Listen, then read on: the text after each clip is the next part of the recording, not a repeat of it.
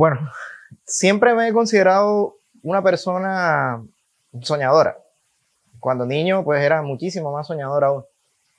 Y bueno, yo era supremamente aficionado a las series animadas de los sábados en la mañana, de los domingos en la mañana. En algunas ocasiones, entre semanas, también teníamos la posibilidad de ver algunos programas de animados que también, pues, digamos, tocaban y empezaban como en ese momento a alimentar lo que yo considero que es una gran imaginación.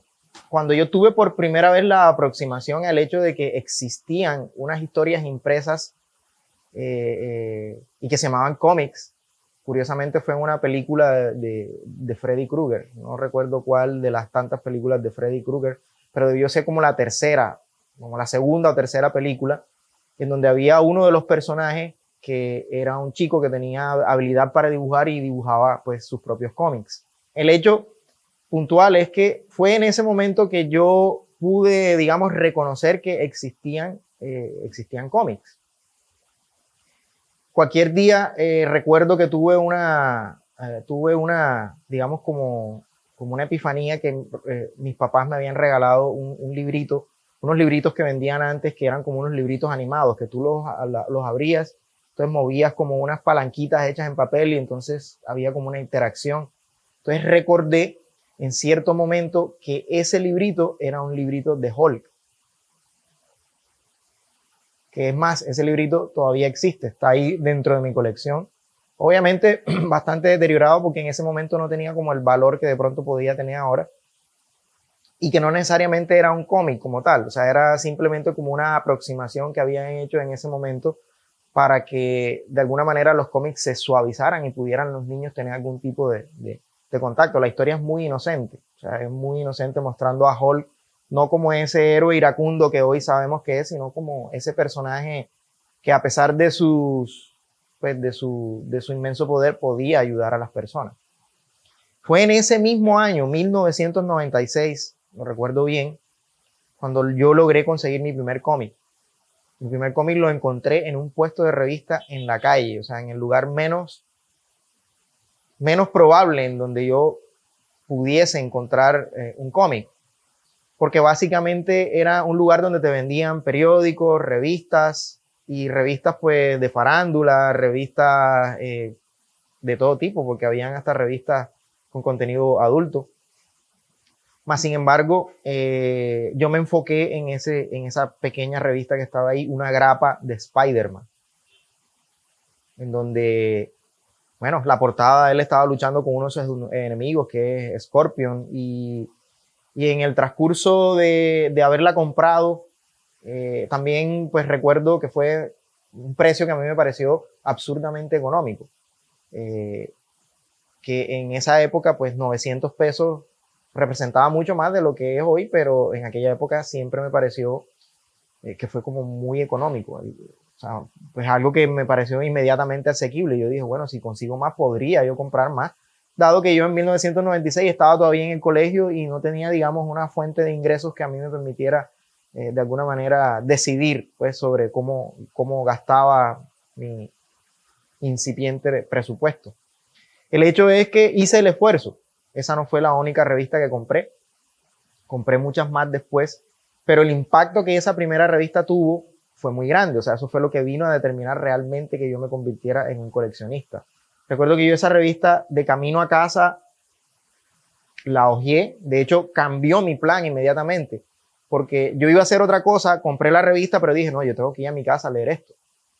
No sé cuántas veces leí yo ese cómic de Spider-Man hasta que posteriormente pude volver a comprar otro cómic que ya fue un cómic de Batman, que era, entre otras cosas, uno de mis personajes favoritos ya para esa época. Digamos, desde que yo veía las series animadas y digamos que el remate fue cuando me vi la película de 1989, la de Tim Burton, ya yo dije, ese es el personaje con el que estoy conectado. Cuando vi esa revista, era una revista que contaba una parte de la historia de él cuando en los eventos de la caída del murciélago, él pues estaba intentando recuperar su traje.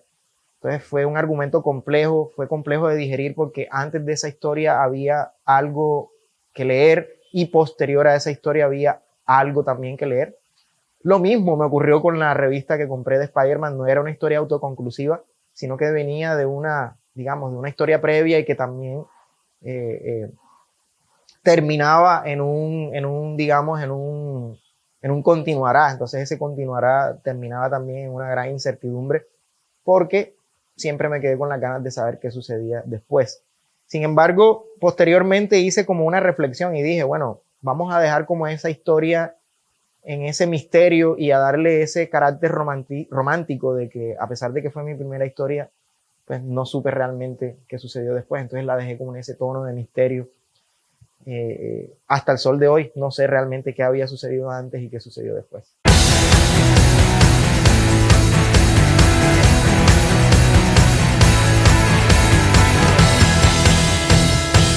En esa época yo vivía en el barrio Getsemaní, vivía en un edificio bastante particular, bastante oscuro, un edificio antiguo de 1949, se llamaba el edificio Mainero. Ese edificio hoy está en ruinas, pero fue un lugar que marcó bastante mi niñez porque pues ahí viví muchas cosas. O sea, era un edificio que no estaba pensado con espacios de socialización, o sea, un edificio que simplemente eran unos pasillos muy grandes y bueno, los apartamentos eran bastante grandes, pero no estaba pensado para un espacio de socialización, no había zonas verdes, no había parques, no había un lugar de juego para mi edad en ese momento. Más sin embargo, en ese ambiente, los jóvenes y niños que estábamos en ese momento en ese edificio, adaptábamos cualquier espacio para la diversión. La ciudad en ese momento, pues, la misma ciudad bulliciosa, yo creo que no es que haya una diferencia, no es que haya sido menos caótica en ese momento, era igual de caótica, solamente que el caos era diferente. Era otro tipo de caos, había, digamos, una menor influencia de la tecnología, entonces las cosas se hacían más de manera personal. Entonces había como una mayor interacción y eso también generaba que los conflictos entonces fueran también en vivo y en directo. Todo tipo de conflictos, no me refiero a conflictos que necesariamente desembocaban en agresiones, no, sino otro tipo de conflictos, otro tipo de cuestiones con las que uno tenía que mediar. A mí me parecía casi que de ensueño poder encontrar cómics en puestos de revista informales, porque eran puestos de revistas informales, o sea, era simplemente el señor o la señora que desplegaba unas tablas de triplex o de cualquiera que fuera el material, ahí tiraba sus periódicos y ahí mismo también en unas esquinitas y en unas cantidades muy contadas los cómics. El despliegue estaba en el resto de cosas, en los periódicos, en las revistas de farándula, en las revistas de actualidad política, en las revistas de contenido adulto, pero era interesante el hecho de que esa, digamos, esa informalidad daba la sensación de que también era asequible todo lo que estaba ahí.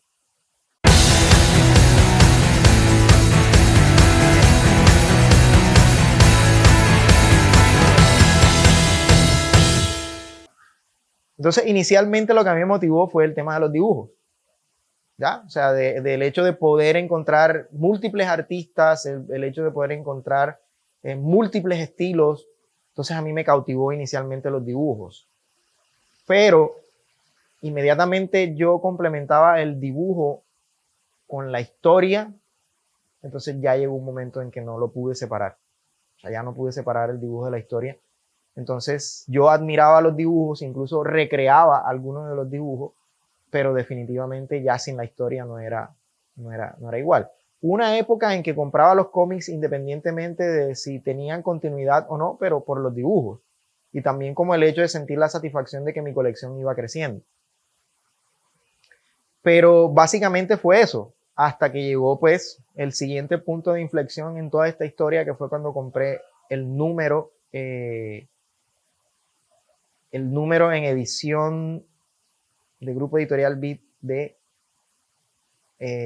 La Broma Asesina o La Broma Mortal o The Killing Joke.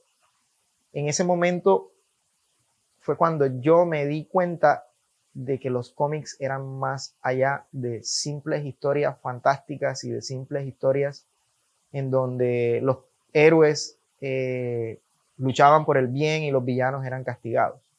Entonces fue una historia que generó realmente un impacto bastante grande en mí porque no podía negar que el dibujo era excepcionalmente diferente a todo lo que había visto y excepcionalmente bueno en colores, en tintas, en expresiones, en todo. Fuera de una historia que definitivamente debo confesar que en el primer momento que la leí no comprendí muchos de los matices que ella tenía. Y fue una historia que repetitivamente leí hasta el sol de hoy, la sigo leyendo y todavía me sigue impresionando. Fue un impacto demasiado grande porque no era el Batman en el que yo estaba acostumbrado a ver, en donde perdía protagonismo en función de que la historia intentara justificar a un personaje que tú siempre habías considerado malo, pero que al final de la historia no sabías si justificarlo o si realmente juzgarlo. Porque esa historia se mete de lleno en profundizar las razones que lo llevaron a él a ser como son. Y vienen de un trauma. Y también nos pone de manifiesto que Batman también viene de un trauma, pero que cada uno, desde perspectivas diferentes de cómo vivieron las cosas, asume el trauma. Esa historia básicamente fue la que vino ya a hacer que yo entonces no solamente lo viera desde el punto de vista estético, sino que ya también me empezara a centrar en buscar mejores historias. Ya.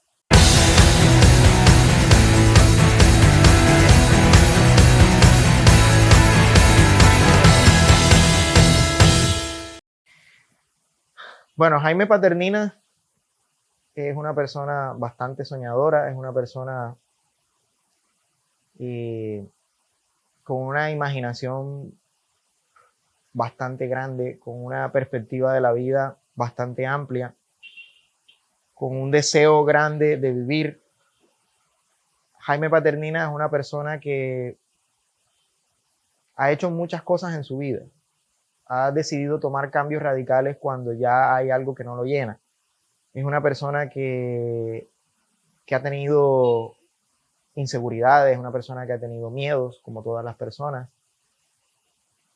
Ha tenido sus ansiedades, por diferentes que hayan sido los traumas de la vida. Pero en términos generales es una persona con un deseo inmenso de vivir, una persona que se está retando todos los días, una persona que le gusta aprender todos los días y que también, así como aprende, también le gusta compartir lo que sabe de manera desinteresada. Y en términos generales ama todo aquello que le permita un crecimiento y todo aquello que le permita un trascender.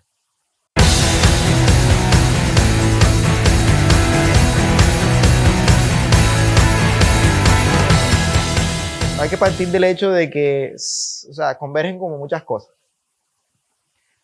Un coleccionista, no vamos a negarlo, tiene cierto grado de obsesión o genera cierto grado de obsesión por lo que sea que decida coleccionar. Ahora, una vez reconociendo que los coleccionistas somos obsesivos, o en la medida en que más vamos coleccionando, más obsesivos nos volvemos y más exigentes nos volvemos, también hay algo que influye poderosamente y es el hecho de que también hay un merchandising alrededor de esto. Entonces, las historias las hacen precisamente secuenciadas de tal manera que tú te mantengas a la expectativa de lo que viene después. Entonces, esa expectativa hace que tú generes precisamente ese grado de obsesión y al mismo tiempo también generes ese grado de ansiedad por saber qué es lo que viene después. Entonces, empezamos por ahí. Un coleccionista no quiere que una historia quede incompleta. A mí me tocó en muchas ocasiones quedarme con las historias incompletas porque realmente la distribución de los cómics en ese momento era principalmente por Grupo Editorial Vid, que era de México. Entonces digamos que aquí en Colombia no había como una distribución ordenada, o sea, no habían cantidades específicas para cierta ciudad o eso, sino que ellos simplemente llegaban y lo que llegaba llegó. y me tocó lastimosamente quedarme con algunas historias incompletas. Después de la desaparición del grupo editorial Beat, bueno, hubo un periodo ahí como muerto en el tema de los cómics. No llegaban casi cómics aquí a la ciudad, y los cómics que llegaban eran unos cómics costosísimos que llegaban a la Librería Nacional. Básicamente era en ese momento el único distribuidor de cómics. Eran cómics que en su mayoría estaban en inglés y eran bastante costosos. Entonces ahí hubo como un vacío en él. Ya tiempo después, cuando ya yo pude acceder, digamos, a ingresos, ya entonces tomé la decisión de retomar, digamos, la colección de los cómics y ya invertir entonces un presupuesto que ya yo había predeterminado para ese tema de los cómics. El presupuesto inicialmente uno cree que es una restricción, pero definitivamente uno se termina dando cuenta que no lo es. Siempre va a haber algo que va a justificar la compra de un cómic. Siempre va a haber algo que lo justifique. Entonces, ¿qué busca un coleccionista? Un coleccionista ya empieza a volverse exigente en el sentido de que empieza a ver las historias, empiezas a conocer un poco más sobre quiénes son los dibujantes, quiénes son los guionistas, quiénes son los entintadores. Entonces tú empiezas como a darte cuenta de cuáles son las mezclas perfectas. Hay otras que simplemente te sorprenden y tú dices, esto tiene que hacer parte de mi colección. Es decir, es un mundo de emociones encontradas este tema de los cómics, porque hay cómics que yo he leído que en determinado momento no me gustaron, pero cuando los vuelvo a leer empiezo a encontrar cosas que no había visto en ese momento, entonces ya me terminan gustando.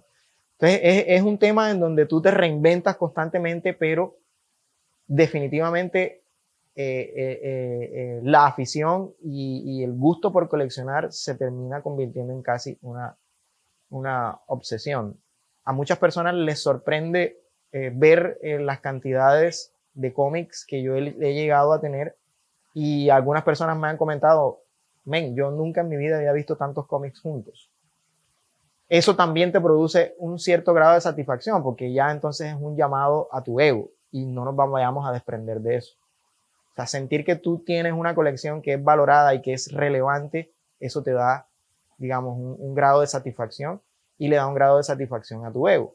¿Listo? Y tú no te preguntas si hay alguien que tiene más que tú, porque lo más probable es que haya alguien que tenga más que tú, pero en la medida de lo posible sabes que vas a seguir comprando y que esa colección constantemente va a seguir creciendo. Entonces, ahí es donde yo definitivamente digo que esto debe tener, más allá de todo, más allá del gusto, más allá del amor, también un grado de obsesión.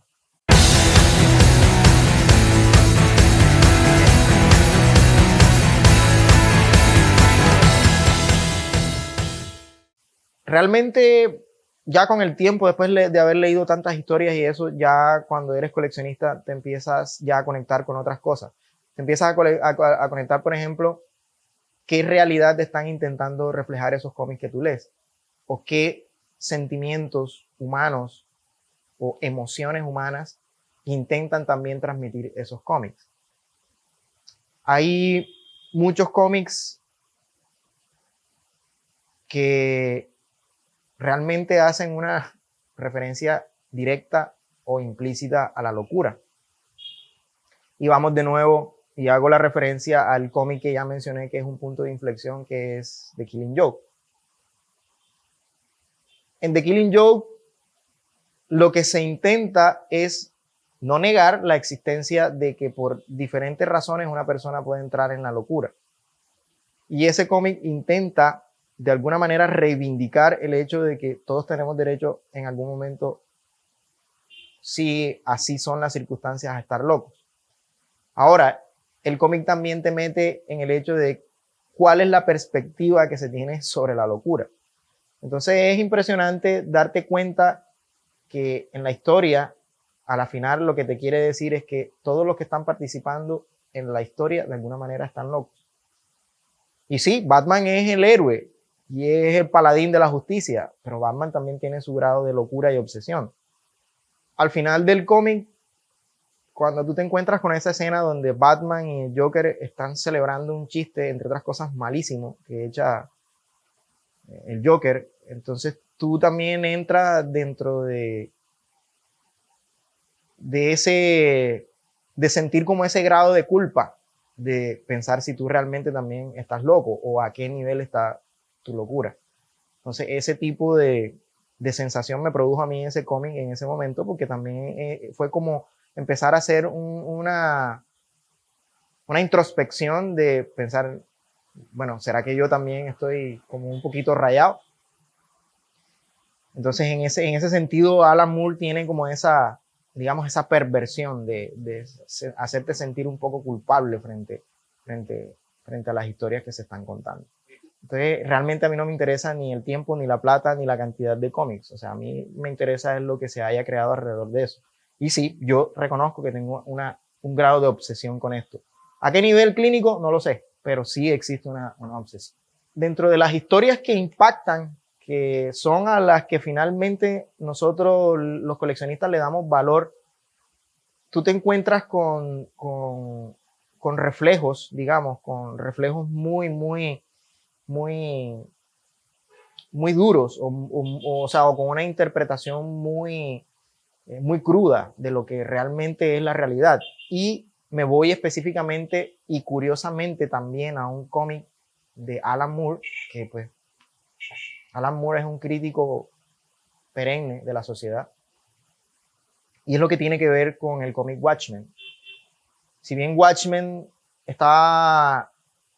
tiene digamos, un arco argumental complejo, es decir, las bases bajo las cuales está sentada Watchmen son bases de la sociedad, bases de lo que no solamente era la sociedad de los años 80, sino también de lo que en términos generales maneja la doble moral en términos universales de la sociedad. Entonces él a través de ese cómic se mete de lleno en, digamos, diseccionar las diferentes realidades de la sociedad y también de exponer, digamos, todo lo que son los sentimientos y las emociones humanas. Por ejemplo, tenemos el caso de Rothschild, que es en teoría pues como una especie de psicoanalista perturbado. Es una persona que viene de un trauma también muy fuerte, es una persona que tiene desdibujada completamente su personalidad, que tiene de alguna manera digamos, una perspectiva de justicia muy cruel, muy cruda, y que él justifica en función de los valores de la sociedad, pero él es resultado digamos, de una sociedad que lo rechaza o que en su momento lo rechazó. Y podemos contar todos los personajes, pero realmente el personaje que, digamos, viene como a definir lo que es, en términos generales, lo que Alan Moore quería transmitir, y es que la sociedad, en términos generales, es un engaño, es el personaje de Ozymandias. Porque durante todo el cómic, tú lo ves como un personaje presente, lo ves como un personaje benefactor, lo ves como el héroe perfecto o ideal. Y al final del cómic te das cuenta que simplemente fue un manipulador que engañó de manera muy sagaz a todo el mundo, incluso al lector. Porque cuando nosotros vemos el desenlace de la historia, jamás nos llegamos a imaginar que el tipo fuera a llegar a tener un nivel de locura, sí, y también un nivel de megalomanía y un nivel de poder persuadir y de poder engañar de manera universal. Incluso pensaría yo que a la misma historia. Mucha gente me critica en algunas ocasiones porque me hacen la pregunta infaltable: ¿qué hace un hombre de 41 años leyendo paquitos o leyendo muñequitos o gastando dinero en algo que, ¿de qué sirve? Entiendo que haya ese cierto grado de, digamos, de ignorancia, no lo voy a decir de otra manera porque no lo quiero maquillar, de ignorancia en el sentido de que si bien un cómic no es considerado una obra literaria, no quiere decir que no sea un documento o, digamos, una evidencia que refleje aspectos muy puntuales de la sociedad.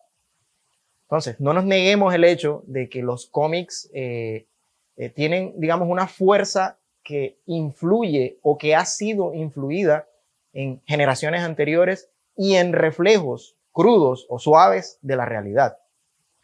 En términos generales, un cómic es una representación romántica y fantasiosa de alguna realidad que se vive o se ha vivido. de alguna realidad que se teme o de alguna realidad que en determinado momento nos puede llevar a nosotros a un cambio radical de las perspectivas de la realidad y de la misma sociedad en sí.